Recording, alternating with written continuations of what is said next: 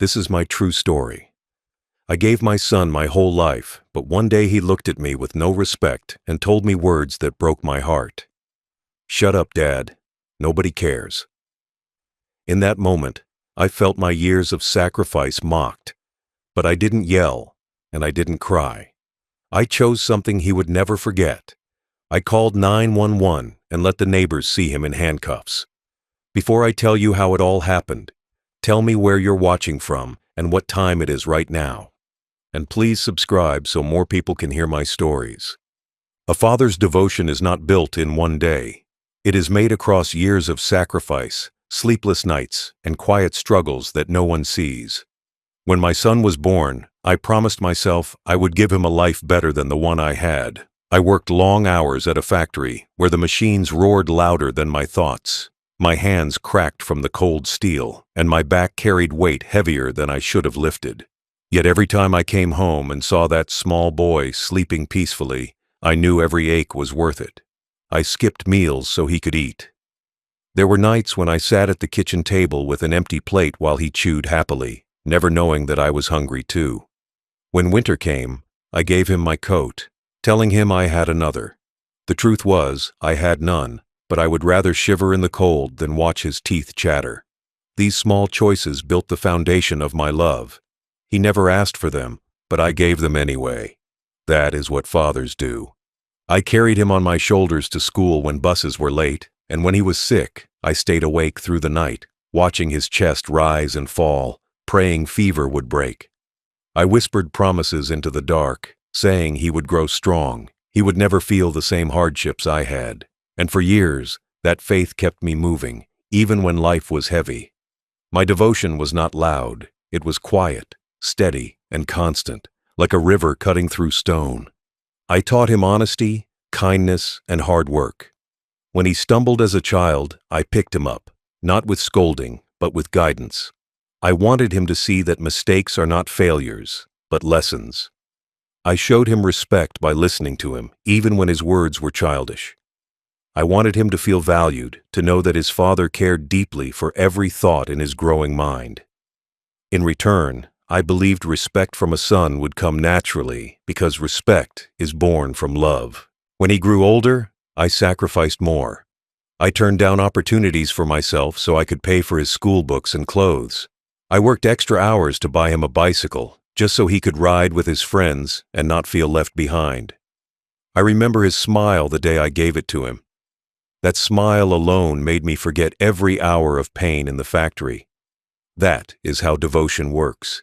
It feeds on joy, not on reward. But devotion is not only money or gifts, it is patience. There were days when he tested me, throwing tantrums or demanding things we could not afford. Still, I never raised my hand against him. I believed guidance with love was stronger than discipline with fear. My voice was my tool, and my silence was my shield. I thought one day he would see the strength behind that restraint. I was there for his first triumphs, cheering at school plays and clapping at football matches, even when he barely played. I kept every drawing he made, every paper where he wrote his name with shaky letters. Those little scraps of memory filled boxes in the attic. To me, they were treasures. To him, maybe they were nothing. But fathers often collect what others throw away, because we see meaning in things our children forget. As years passed, I believed my devotion had built a bond too strong to break. I thought my son would look back one day and see the effort, the nights of hunger, the long hours, and he would respect me not just as a father, but as a man who gave everything for him. That belief became my comfort in old age. I imagined dinners where he would ask me for advice, or evenings when he would thank me for shaping him. Respect from a child. Yes, that was the greatest reward I dreamed of. But devotion can also blind you. I gave so much that I never stopped to see the distance growing between us. I mistook silence for gratitude, and I thought arrogance was only youth. I defended him when others pointed out his flaws because I could not bear to think badly of him. My devotion made me patient, but it also made me blind. I kept giving, believing he would give respect in return. Yet sometimes devotion is like pouring water into a cup with a crack. It keeps leaking out, and you don't notice until the cup is empty. Now, looking back, I see devotion as both my pride and my weakness. I stood firm as a father, sacrificing and guiding. But I never prepared myself for the moment when all of it would be dismissed in one cruel sentence. Still, that does not erase the years I gave. My devotion was real, even if his respect was not. And if I had to do it again, I would still choose to give everything, because devotion is not about what you receive, it is about who you are. That is the truth of a father's devotion. It is long, painful, and often thankless. But it defines a man. It defined me. And though my son's words shattered my heart, they cannot erase the years I carried him, fed him, clothed him, and loved him without pause. I was a devoted father, and that devotion will remain the truest part of my life story, no matter what came after. The first cracks in respect do not come like thunder. They creep in quietly, like weeds growing through the floorboards. At first, I thought nothing of them. I told myself, he is young, he will grow out of it. But small words and small actions can reveal large truths. My son, the same boy I had carried on my shoulders, began to speak to me with a sharpness I did not expect. It was not a loud scream, but a tone, a dismissive shrug, a look in his eyes that told me I was no longer someone he admired, but someone he tolerated. It began in small moments around the house. I would ask him to clean his room, and he would sigh loudly, dragging his feet as if I had asked him to move mountains. When I reminded him to finish his schoolwork, he would roll his eyes, mutter under his breath, and walk away without answering. To some, this might seem normal for youth. But to me, each gesture felt like a chip breaking off the stone of respect I had built over years. I swallowed the sting, telling myself it was just a phase. Children test limits, I thought. Fathers must endure. But the signs grew stronger. He began spending time with boys who laughed at elders, mocking them as if age were a disease. Neighbors came to me, gently warning that my son was becoming rude in the streets. They said he shouted at them when they asked him to stop kicking balls into their yards, or that he cursed when corrected. I smiled politely and defended him, saying, "He is just young. He will change inside, though." I felt the weight of shame pressing down on my chest. I wanted to believe he was still the respectful boy I raised, but the world was already beginning to see otherwise. The first time he openly insulted me, I remember standing frozen. I had asked him to turn off the television because it was late. He turned to me with a smirk and said, "Why don't you mind your own business?" The words pierced me like glass. I laughed it off in front of him, trying to keep the peace. But when I lay in bed that night, my heart replayed those words again and again. They came not from a stranger, but from the boy I had starved for, worked for, sacrificed for. Still, I excused it, telling myself anger makes young tongues foolish. There were days when he refused to sit with me at dinner. He would take his plate to his room, shutting the door as if I were a stranger in my own home. I remembered all the nights when I fed him from my plate so he could have more, and now he ate alone, leaving me with silence at the table. Silence is heavier than insult sometimes. It presses against your ears and tells you what words cannot. That silence told me I was no longer important in his eyes. His disrespect spread outside as well. Teachers at school began calling me, saying he spoke back rudely, that he disobeyed instructions. When I asked him about it, he shrugged, saying they were wrong. His voice carried arrogance, as if no one could teach him anything, not even me. I wanted to guide him, but every word I spoke seemed to push him further away. Respect, once lost, is hard to reclaim, and I could feel it slipping. I remember one day, a neighbor complained that my son had damaged his fence. I stood at the gate, apologizing, while my son leaned back with crossed arms, glaring at me as though I had embarrassed him. Later, I tried to explain the value of respecting neighbors, but he cut me off, saying, "You care too much about what people think." That sentence lingered. To him, respect was weakness. To me, it was everything. Each sign grew louder, though I tried to muffle them with hope. I defended him against whispers, even when my own heart knew the truth. I told myself he was still growing, that time would sand down his arrogance and reveal gratitude. But deep inside, I feared what every father fears, that I had raised a son who did not see me as worthy of the respect I had spent a lifetime earning. Looking back, the first signs were like smoke before a fire. They were warnings, but I ignored them. I wanted to protect him from judgment, but in doing so, I allowed disrespect to grow unchecked. My love made me patient, but my patience allowed the cracks to spread. A father can forgive many things, but the slow erosion of respect is a wound that never fully heals. And so, the signs of disrespect were not sudden. They were steady, creeping, and quiet. They prepared the ground for the day when words sharper than knives would finally break me. But in those early moments, I still carried hope, still prayed he would see the years of devotion and return them with honor. That hope blinded me, even as disrespect walked into my home and made itself comfortable. There comes a day in every father's life when silence can no longer carry the weight of disappointment. For me, that day came on a quiet evening, one that should have been ordinary, one that should have ended with peace, but instead, it ended with a wound I will carry forever.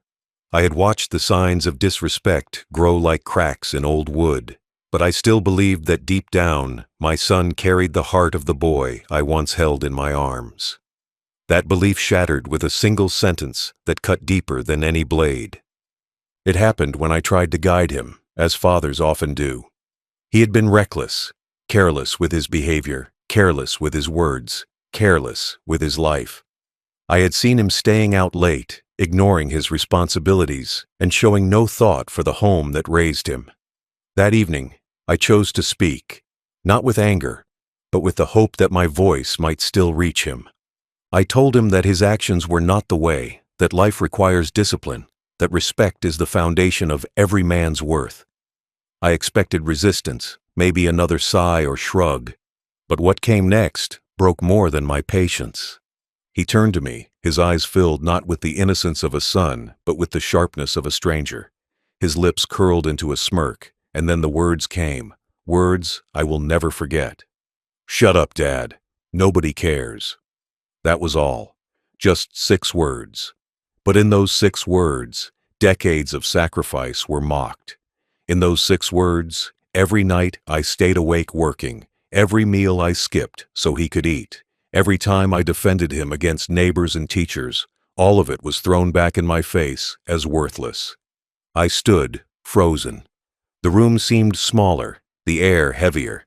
I heard the words echoing, as if the walls themselves repeated them to mock me. "Shut up, Dad. Nobody cares." The disrespect was no longer hidden in shrugs or rolled eyes. It stood naked, unashamed, striking me with the force of truth. My son, my own flesh and blood, had told me that my voice, my existence, my sacrifices meant nothing. In that moment, I was not a father to him. I was an obstacle, a shadow in his way, a man he no longer respected. The pain was sharp, but it was also heavy. I remembered the nights I walked home with aching feet after long shifts, only to see his little face light up at the sight of food I brought. I remembered patching his shoes so he could walk to school with pride, even when I wore the same old pair until they tore. I remembered covering him with my coat when the cold nights crept in, shivering myself but making sure he was warm. Every memory of love and sacrifice rose in me like a tide, only to be drowned by the simple cruelty of his words. I wanted to speak back. I wanted to tell him of all the things I had done for him, all the ways I had bled and bent so he could stand tall. But the words would not come. My throat closed, my chest tightened. I sat back in my chair, gripping its arms as though I needed strength to hold myself upright. Tears threatened to fall, but I refused to give him that sight. A father can feel pain, but he cannot show weakness in the face of such betrayal. So I sat in silence, letting his words linger, burning in my ears. That night, I did not sleep. I stared at the ceiling, hearing those words again and again. Nobody cares. The irony was cruel. I had cared more than anyone ever could.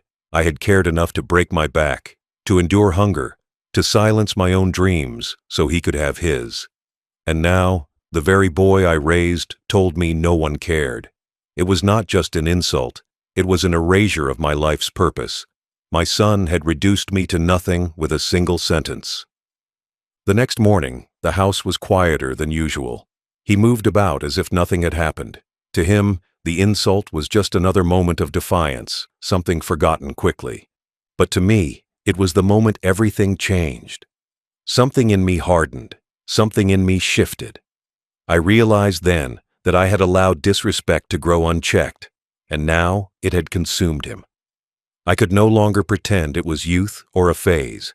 It was who he had chosen to become, a son who no longer valued his father. That was the breaking point.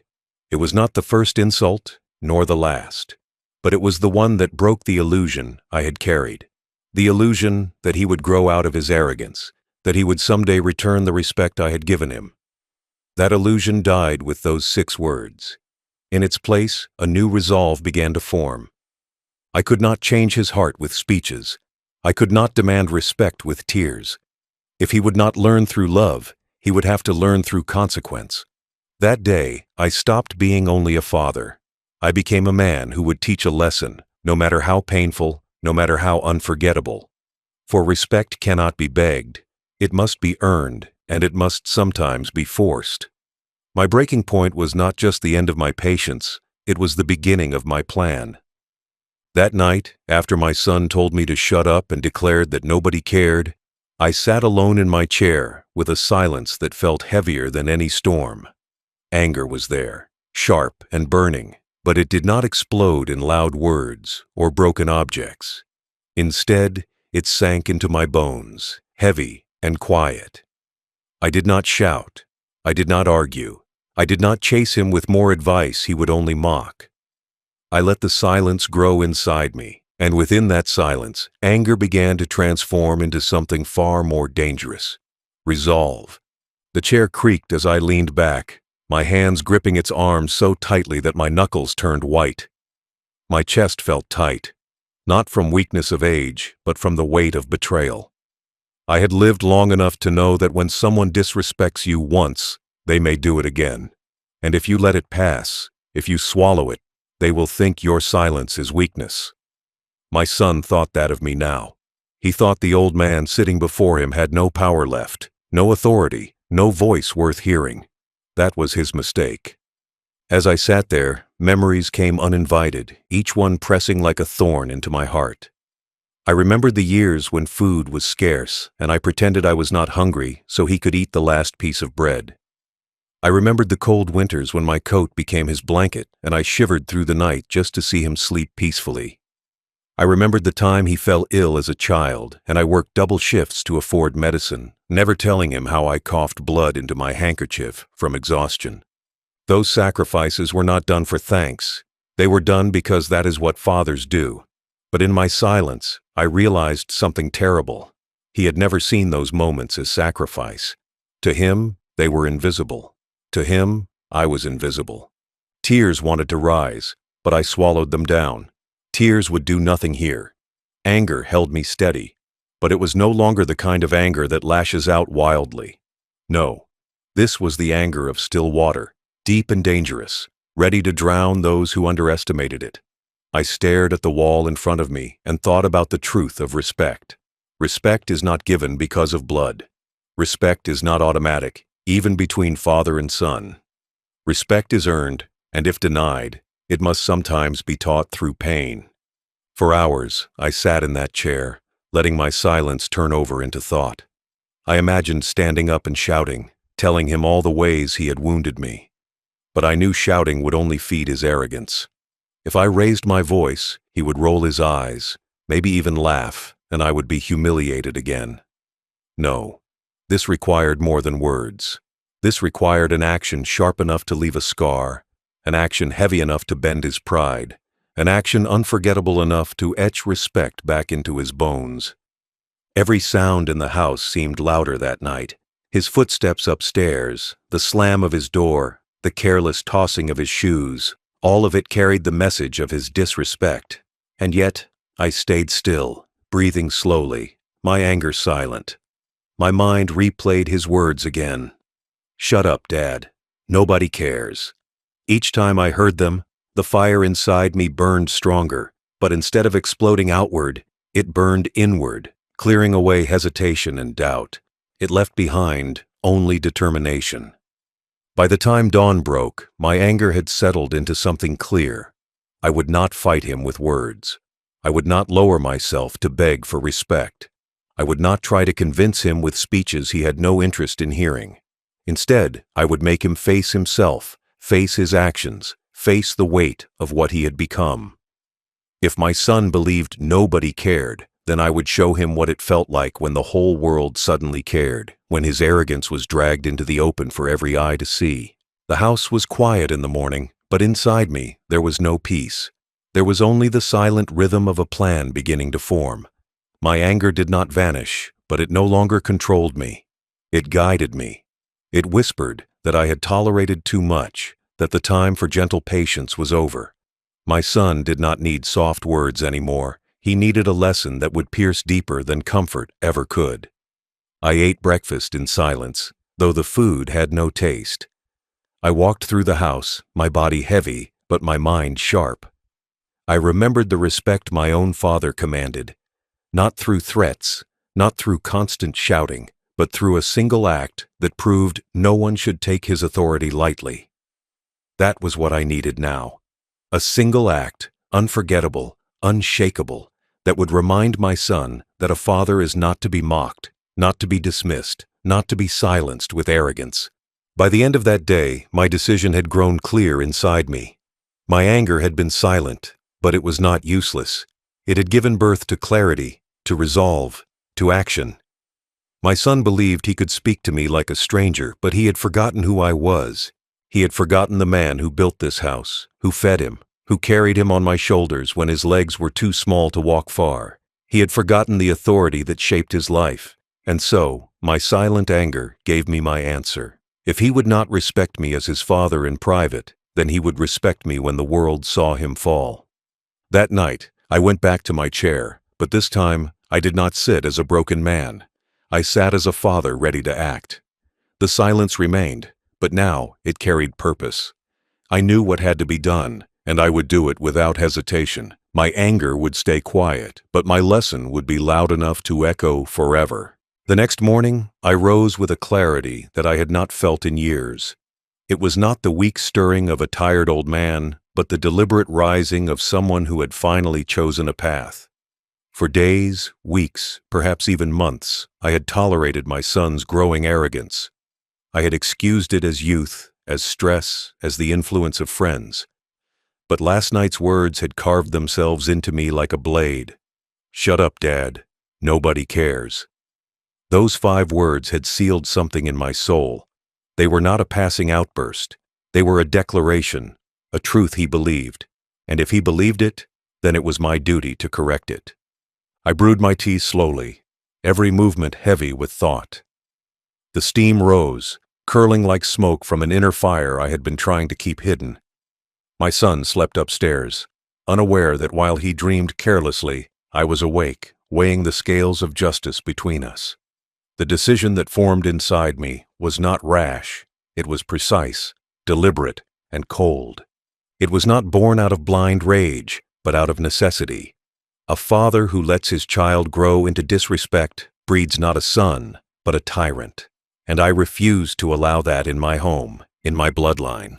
For years, I had been patient.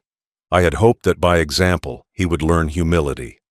I thought time would soften his pride, but time had not humbled him. It had only hardened him. He had grown sharper in his tongue, crueler in his words, careless in his actions. The boy I once knew, the one who used to grip my hand tightly when crossing the road, had vanished. In his place stood a young man who saw me not as his father, but as an obstacle in his path, a relic to be ignored. That was the root of my decision.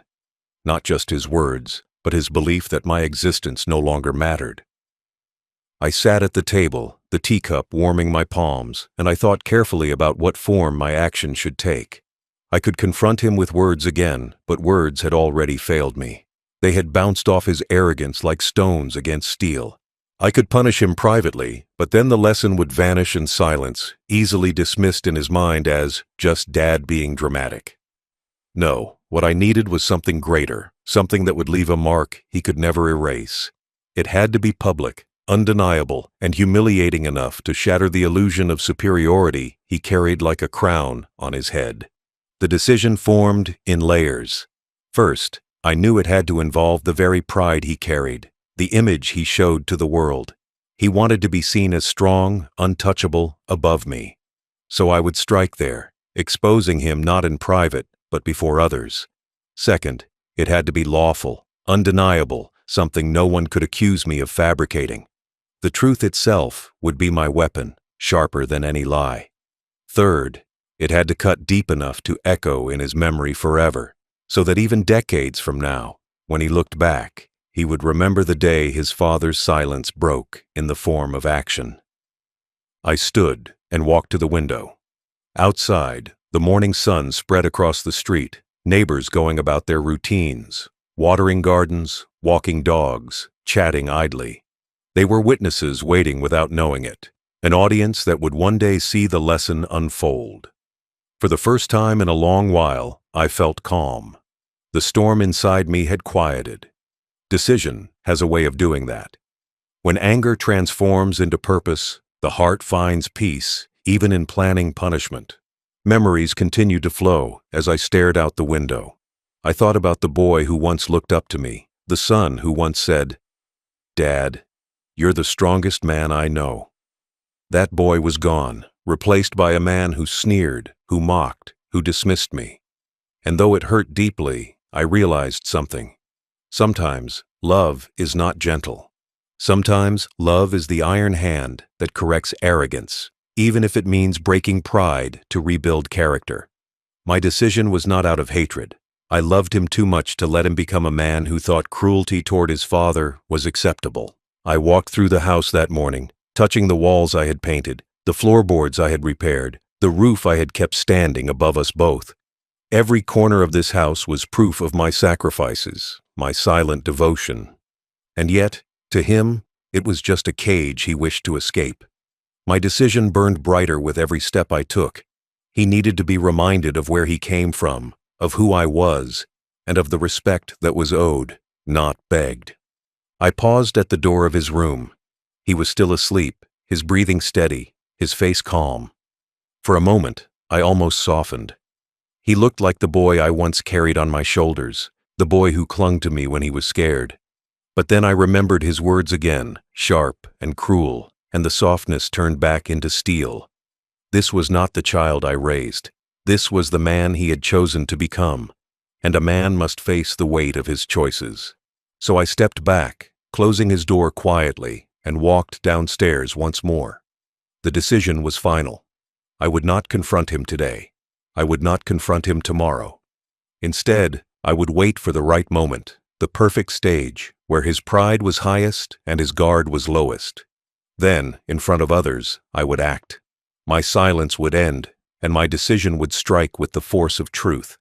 He would learn that a father's respect is not discarded, that a father's silence is not weakness, and that a father's decision, once made, is unbreakable. By evening, I felt lighter. The burden of indecision was gone. My plan was not yet complete, but the foundation was laid. I had chosen the path, and now I would walk it without hesitation. My son thought nobody cared, but soon he would learn how much it mattered when everyone cared, when eyes turned upon him, when his arrogance was stripped bare under the weight of his own actions. That night, I returned to my chair, not as a man drowning in silent anger, but as a man prepared. The decision was made, and there was no turning back.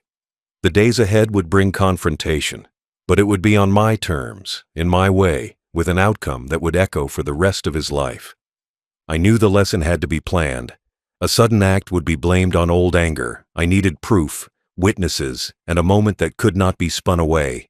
So I began to prepare in quiet, careful steps.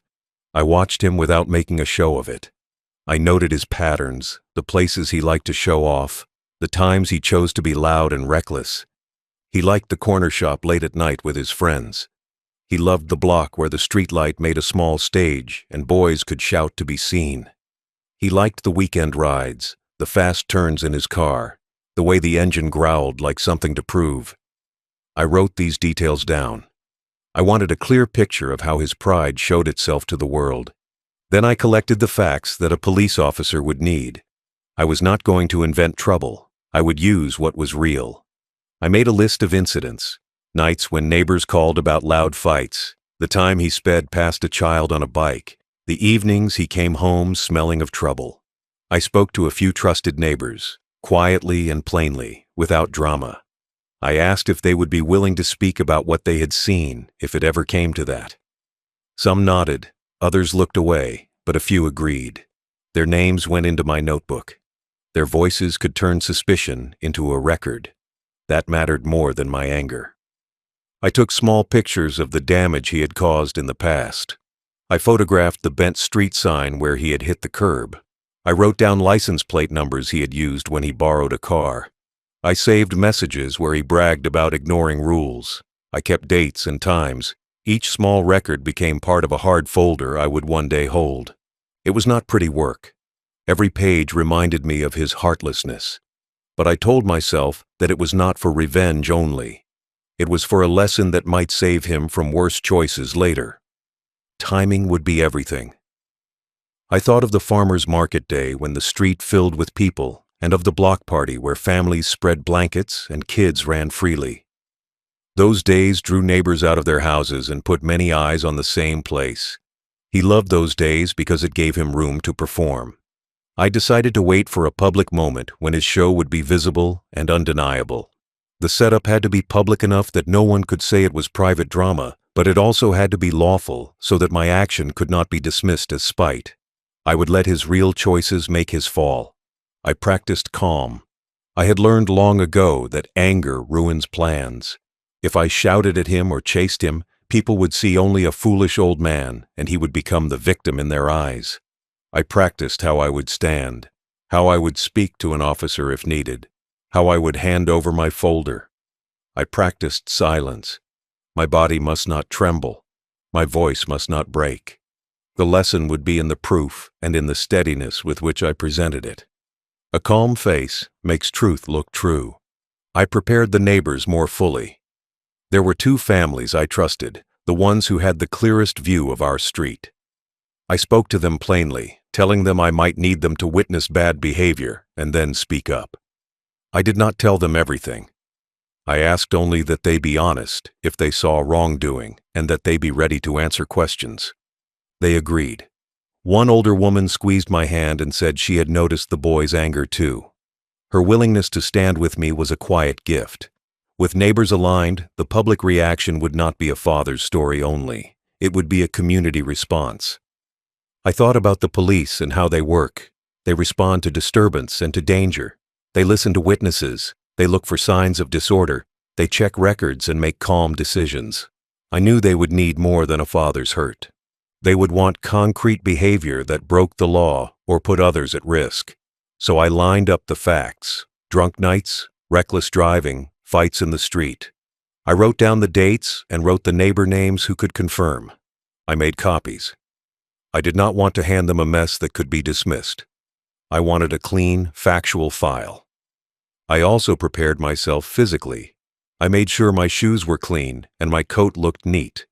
I did not want my appearance to be used against me. Small things matter when you ask for help. I charged my phone and tucked it into my pocket. I kept the folder in the inner pocket where it would be safe and ready. I practiced walking to the spot where I would stand, rehearsing the route and the calm I would keep. I told myself over and over that this was not cruelty, but a painful duty.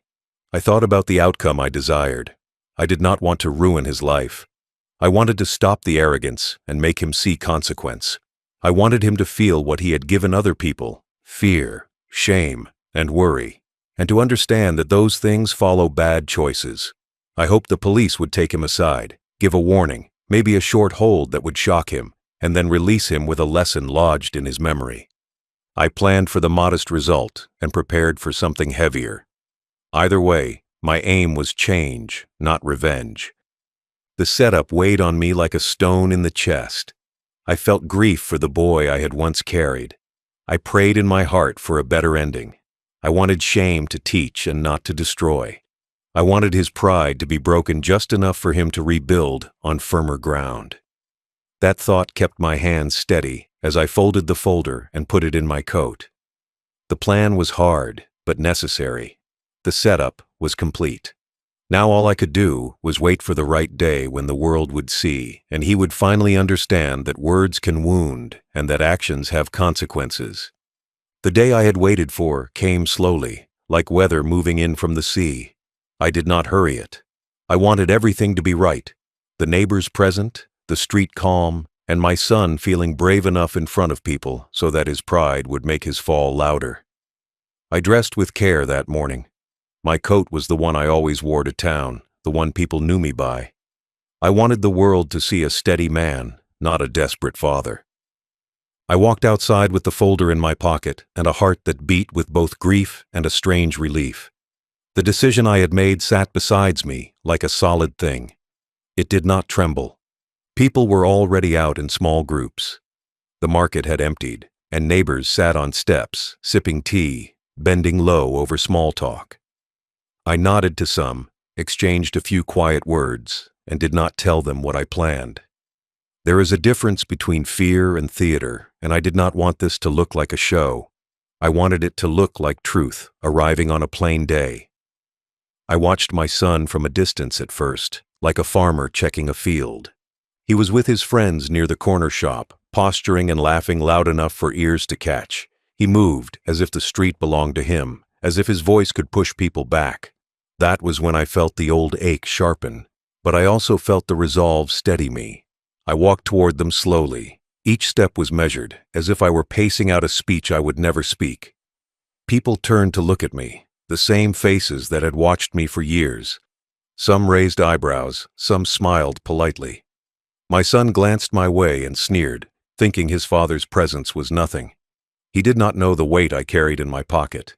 He had no idea that this day would bend him. When I reached the group, he laughed and pointed, showing his friends that I could be shown off as weak. That laugh tightened something in my chest, and I remembered every sacrifice that had fed his confidence. I spoke to an officer on patrol. I did not shout. I did not cry. I asked a simple question, the kind old men ask when they want help. Would they come see a problem on our street? I told him quietly there had been trouble, gave him the facts, and said neighbors were worried. I handed the folder over with two calm hands. Inside were the records, the dates, the notes, the neighbors who would speak. The officer looked through the pages with a professional face and asked me clarifying questions. I answered clearly. Nothing about me was hysterical. I was not a man begging for pity. I was a man handing over proof. While we spoke, my son kept up his act. He tried to make a joke about me, saying that old men always made mountains out of molehills. His friends chuckled, but the officer's eyes were steady on the folder. The officer did not smile. He did not take sides. He had a job. He asked the boys to leave the street for a moment and to stand by while he talked to them. The request seemed normal at first, but then neighbors began to gather, because where policemen turn attention, people notice. The small crowd grew naturally. Curiosity is a quiet thing that draws many eyes. The officer spoke to my son about recent complaints. I watched my boy's posture change the moment he realized the situation had moved beyond their small circle and into a framework that adults respected. He was no longer the loudest. He was one who had to answer. Those who had once cheered when he was brave now started to look unsure. I could see doubt prying at his face. For a man who thrived on the approval of others, the shift was painful. He tried to shrug it off with bravado, but his voice trembled when the officer asked for his name, for the things he had done, for where he had been on nights people had called. The officer asked a neighbor to describe what he had seen. The neighbor spoke clearly, not angrily. He told of loud fights, of the boy speeding a borrowed car, of a night when he had broken a gate. Another neighbor stepped forward and nodded, recounting how the boy had sworn at older people and pushed a child in the park. Each small statement collected into a pattern. I felt my son shrink as the words stacked, because the world he performed in had turned into a judge. The bravest laughter in his group faded as the truth took shape in front of them. At some point, the officer asked him to place his hands behind his back. It was not dramatic that first time. It was a careful move, done with training and calm. I watched the metal click around his wrists, as if the sound itself said something older than argument. The metal was light, but to a proud young man it felt heavy and cold, as if it had been made from the weight of all the respect he had squandered.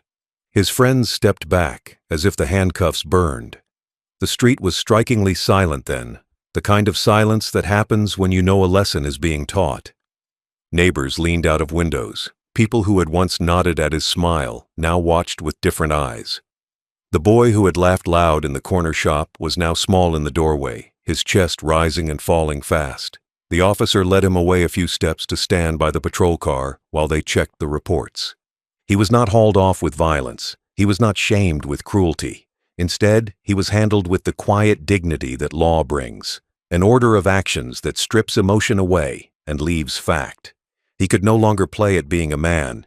He had to stand under consequences. As he stood there, cuffed and still, I felt neighbors whispering among themselves. I did not listen for cruel talk. I listened for the right sound, the learning that comes from seeing a choice meet consequence. A group of mothers looked on with a mix of pity and approval. They had once warned me about his ways. An old man I had worked with for years nodded once at me, as if to say, "Finally." The change was not in their condemnation. It was in the fact that my son could not hide behind a mask anymore. His friends could not cheer him into being brave because the world had drawn a line and asked him to cross it honestly. At the end, the officers spoke softly with my son, read him his rights, and explained that a warning or a short detainment might be needed depending on the checks. The crowd watched, and my son's shoulders slumped under the new reality. He could not meet my eyes. I did not call out to him. I did not seek to humiliate him further. The lesson was already there. The handcuffs and the crowd were sufficient. In those moments, I felt a sorrow that was different from my anger. It was the sorrow of a father who had seen his child break and then be mended by consequence. I had chosen a harsh medicine, but I believed medicine was necessary. When they released him with a warning hours later, the change had begun. He moved differently, quieter and more wary. The neighbors no longer smiled when he passed. He knew eyes followed him now with caution. He had been shown that words have weight, and that disrespect can bring more than a hurt heart. It can bring public consequence. The arrival of the officers had been the turning point I needed. The public view, the handcuffs, the voice of the law, all of it worked together to carve a lesson deep enough that memory could not ignore. That night, I sat in my chair feeling both tired and strangely calm. The arrival had been the crescendo of my plan. The proof I handed, the officers who acted, the neighbors who watched. None of it was pretty. None of it erased the hurt. But it did something my words had failed to do. It pierced his armor. It showed him that his choices carry meaning beyond his own circle. And in that awkward silence that followed, I felt the first thin thread of respect begin to reattach. Not because I demanded it, but because he had felt the consequences of losing it. The shock came like a wave, not just for my son, but for everyone who watched. The moment the metal cuffs locked around his wrists, the mask of arrogance he had worn for so long fell away. He had strutted, laughed, and spoken as if he were untouchable. But now, under the cold grip of the handcuffs, I saw the boy beneath the bravado. The same boy I had once carried in my arms. The boy who used to cling to me when storms frightened him. Fear spread across his face faster than words could escape his mouth. His jaw trembled, his eyes darted around as if searching for an escape, but there was none. Reality had caught him. The neighbors gasped. Some covered their mouths. Others whispered quickly, eager to pass along what they had just witnessed. This was no longer a story of a rude boy shouting at his father in private. This was a moment the whole street would remember. The same lips that once praised his boldness now murmured in disbelief. He had been exposed in front of them, and no amount of smooth words could erase the sight of him in chains. Pride was his armor, but shame was now the sword that cut it apart. I watched him closely. His body, once puffed up with false confidence, seemed smaller. His shoulders sagged, his arms stiff behind him, his steps unsure. He looked not like a man proving strength, but like a child realizing that actions have consequences. That shift, so sudden, so visible, was the very lesson I had hoped for.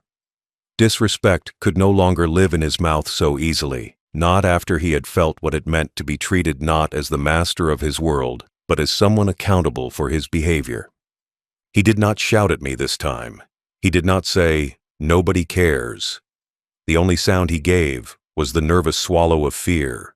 The officers stayed calm, professional. They spoke to him firmly, but without cruelty. Their voices were even, explaining each step, each reason for their action. It was not anger that undid him. It was authority. Authority that he could not laugh at. Authority that did not bend to his arrogance. He had mocked me because I was his father, because he believed I would always forgive, always endure. But the law was different. The law was not a father. The law had no patience for disrespect, and as my son stood cuffed under its gaze, he learned that lesson quicker than years of my words could ever teach. Around us, the neighbors' eyes told their own stories.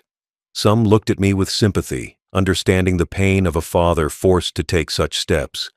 Others nodded slightly, as if to say, "You did what we all wished would happen." There were children peeking from behind their mothers, wide-eyed, learning through fear that rebellion is not strength when it breaks respect. Even his closest friends, the ones who once cheered him on, kept their distance. Their laughter had dried up. Their eyes were unsure, and for the first time, they did not see him as a leader. They saw him as an example of what not to become. The shame in that moment was sharper than any scolding I could give. He was no longer simply my son at home yelling insults. He was the boy in handcuffs, the boy paraded before eyes that mattered to him. Pride thrives on an audience, but shame cuts deepest in front of the same crowd. And as his lips quivered and his chin lowered, I knew the humiliation was sinking deeper than words could reach. He would remember this day, not as the day he embarrassed me, but as the day he embarrassed himself. I stood silent through it all. I did not speak a single word. Silence was my weapon now. Silence allowed the scene to speak louder than anything I could have shouted. If I had yelled, it would have seemed like anger. But standing calm, letting the police do their duty, letting the neighbors watch, it painted the truth plainly.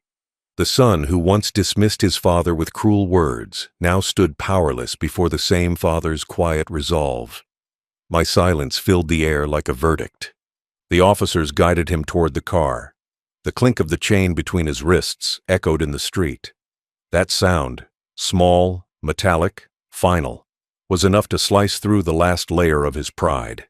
His friends avoided his eyes, neighbors whispered, and even the wind seemed to carry his humiliation further down the block.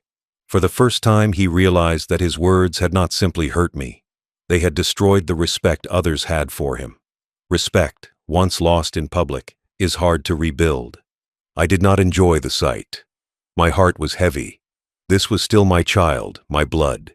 But discipline is not about joy. It is about responsibility. A father must sometimes carry the burden of teaching the hardest lessons. I had sacrificed too much, worked too many years, endured too many storms to let him throw away the foundation of respect. Better to break his pride now, while it could still be rebuilt, than to watch him destroy himself completely later. Painful though it was, I knew this lesson would anchor in his memory more deeply than any gentle word. As the car door opened and he was placed inside, the murmurs of the neighbors grew louder. Some spoke of how reckless he had been for months. Others said maybe now he would change. A few children tugged at their parents' arms, asking questions, learning quietly that arrogance brings consequences. The scene was not just a punishment, it was a warning written for everyone who witnessed it.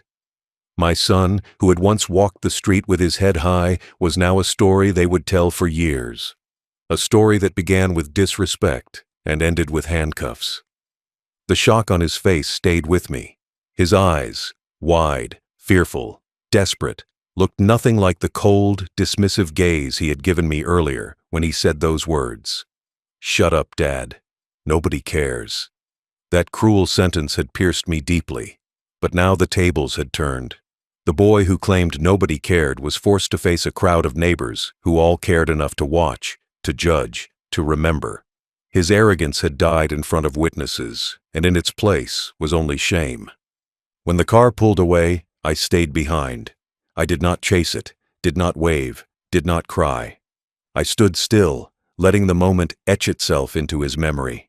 He would never forget the weight of those cuffs, the silence of the crowd, the cold seat of the patrol car. That was the shock I wanted. Not just a moment of fear, but a deep realization that words carry consequences. And as I turned back to my house, I carried with me the heavy knowledge that sometimes a father must break his child's pride to save his future. The shock of that day was not the end. It was the beginning of change. The neighbor's eyes told the rest of the story better than any words ever could. As the patrol car rolled slowly down the street, its lights fading into the distance, silence lingered in the air like dust after a storm. Every face around me carried a different expression: shock, pity, judgment, and even quiet approval. They had all seen the boy who once strutted through the neighborhood with loud laughter and careless words, now humbled under the weight of cold steel. They had witnessed pride collapse in real time, and their eyes burned that truth into him more deeply than I ever could have alone. Some neighbors had known my son since childhood. They had watched him play in the yards, run on bicycles, and chase balls across the street. They remembered when he was small, polite, and eager to greet everyone. For them, the sight of him in handcuffs was not just a punishment, it was a transformation. Their eyes asked silently, "What happened to the boy we once knew?" That question, unspoken but heavy, pressed into him harder than any police warning. The contrast between who he had been and who he had become was written on their faces, and he could not escape it. Other neighbors had been complaining about his behavior for months. They had seen him act rudely, disrespect their space, or speak with arrogance. I had always defended him, telling them he was young and would grow out of it. But as they watched him taken away, their eyes no longer carried complaints, they carried validation. They did not need to say, "We told you." Their silence, their nods, and the way they looked at me with a mix of sympathy and relief said everything. They knew discipline had finally arrived, not with soft words, but with a consequence too real to ignore. Whispers floated across the street. Children asked their parents questions, pointing to the spot where the patrol car had stood. Parents lowered their voices but kept their eyes fixed on me, some nodding with approval, others shaking their heads at the harshness. But whether they agreed or not, they all knew one thing.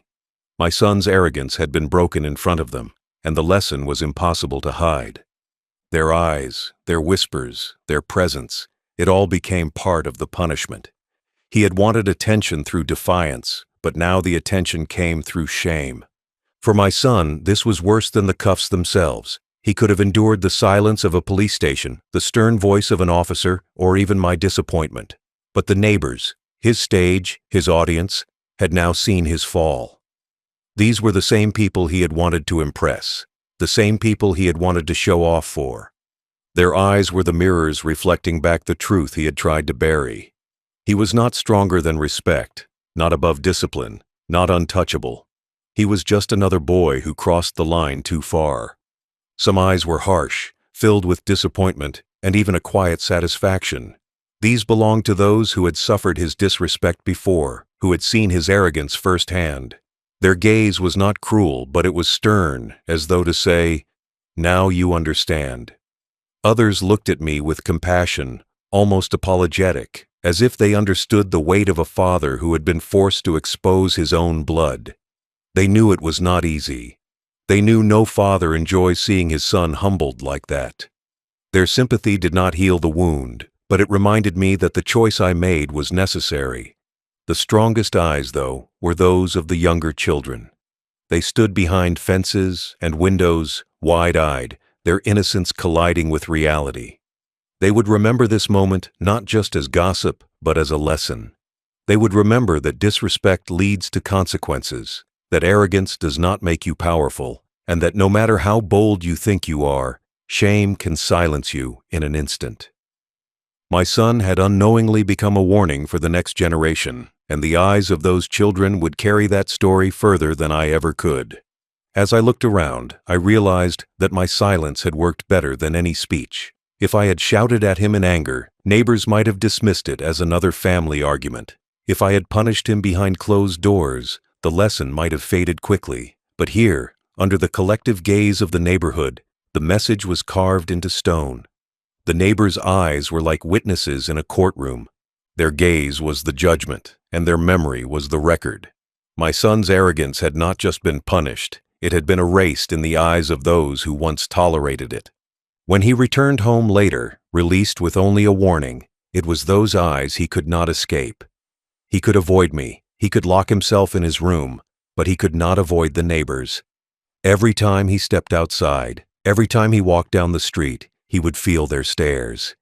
Even if they said nothing, even if their faces softened over time, he would remember the way they looked at him that night. Respect lost in private can sometimes be hidden, but respect lost in public becomes a shadow that follows you. For me, that was the real victory, not the handcuffs, not the flashing lights, not even the police report. The real victory was the look in the neighbor's eyes, the way they silently turned his pride into shame. Because pride is built on how others see you, and when their eyes tell you the truth, you cannot escape it. My son had told me that nobody cared, but as he stood in cuffs, with the entire street watching, he realized that everybody cared. They cared enough to whisper, to judge, to remember, and that truth cut deeper than his cruel words ever could. The neighbor's eyes became the final seal on the lesson. They turned a father's punishment into a community's memory. They made sure the arrogance he carried would never rise again, without the weight of shame pulling it back down. And as I looked around at those faces, stern, shocked, sympathetic, I knew the lesson was not just for him. It was for me, too. It was proof that sometimes the hardest choices bring the clearest lessons, and sometimes silence and exposure speak louder than anger ever could. After the night of the handcuffs and flashing lights, the aftermath settled over our home and the neighborhood like a heavy fog. The air was quieter, heavier, but it carried a weight that was necessary. My son could no longer speak to me with the same arrogance or carelessness that he had shown before. The lesson had left its mark not just on his pride, but on his behavior, on the tone of the house, and on the way he looked at me. Every movement, every word, every glance now carried a new layer of respect, or at least the awareness that disrespect had consequences beyond private scolding or simple punishment. For the first few days, he avoided me, his eyes downcast, shoulders slumped. The boy who once challenged and mocked me now moved through the house cautiously, careful not to trigger another confrontation or another public exposure. It was a slow transformation, almost imperceptible at first, but every small act of caution, every softened word, and every glance that sought permission rather than defiance reminded me that the lesson had not been in vain. The handcuffs and the police intervention had done more than shock him. They had cracked open the armor of arrogance and forced him to confront reality. The neighborhood remained aware of what had happened. Whispers floated through the streets, and the eyes of neighbors were always present, even when we didn't meet. Children who had watched from windows and fences replayed the scene in their imaginations, learning a lesson about respect and consequences without ever being told directly. Older neighbors nodded politely when they saw me, as if silently acknowledging that discipline had finally arrived where words had failed. Their eyes had become a constant reminder for my son that arrogance and defiance are never private. They are visible, and the world remembers. Inside our home, the atmosphere shifted. Where once there had been tension and anger, now there was a quiet, cautious respect. My son spoke only when necessary, answered politely when spoken to, and seemed to weigh his words before they left his mouth. I never mentioned the handcuffs or the night again. I did not gloat. I allowed him to internalize the lesson himself, knowing that lasting change is never forced by lecture or intimidation. My silence reinforced the weight of that night. It was a quiet authority, stronger than any shouting could have been. I noticed subtle changes in the way he treated others as well. Where he had once been reckless, he now paused. Where he had been arrogant, he now hesitated. He seemed aware that the neighborhood, the eyes of others, and even I were watching, and that each action could have consequences. That awareness, built from fear, respect, and memory, shaped him into a more careful, more responsible young man. It was not instant redemption, and I did not expect it to be, but the cracks in his behavior began to heal over time, guided by the memory of that night and the knowledge that consequences are real. For me, the aftermath was also a lesson. It was proof that a father's duty is sometimes harsh, that love sometimes requires choices that feel cruel but are necessary. Watching the community witness the lesson and watching my son learn it firsthand showed me that authority and respect are not simply earned through words or affection. They are maintained through actions and consequences. The silent presence of others amplified my role, made the lesson permanent, and allowed me to step back without continuing to wage battles that were already won. Neighbors continued to glance our way when we passed, some with approval, some with quiet surprise at how things had changed.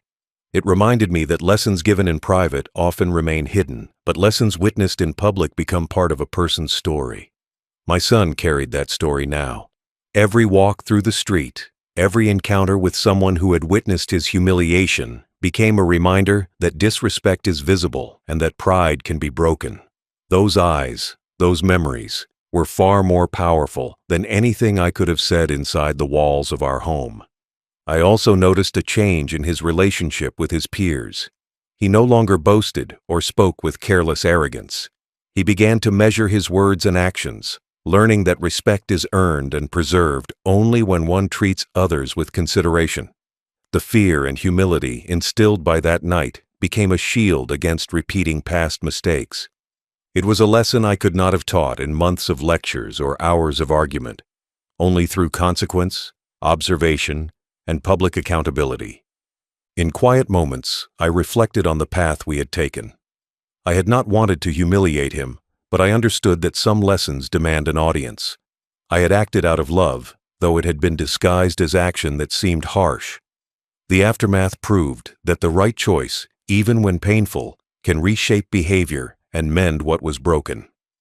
My son's respect returned, fragile at first, but steady, and the household regained a sense of order, of discipline, and of care.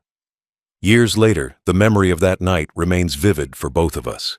I tell this story not with pride, nor with shame, but with clarity. A father's role is not to be popular, to be liked, or to have every word appreciated.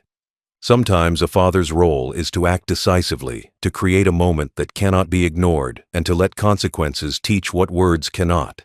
My son learned that respect is a responsibility, that defiance has limits, and that the eyes of others watch more closely than one might imagine. Now, as an old man, I can look back without regret. I see a son who learned a lesson he could not unlearn, a neighborhood that bore witness, and a home that regained balance. The aftermath was not just about punishment. It was about shaping character, teaching responsibility, and ensuring that love and respect remain intertwined. The lesson was hard, but it was effective, and it left an imprint that words alone could never have achieved. Final thought. He said nobody cared. That night, the whole neighborhood cared. And in that care, respect was rebuilt, discipline restored, and a lesson learned that would last a lifetime.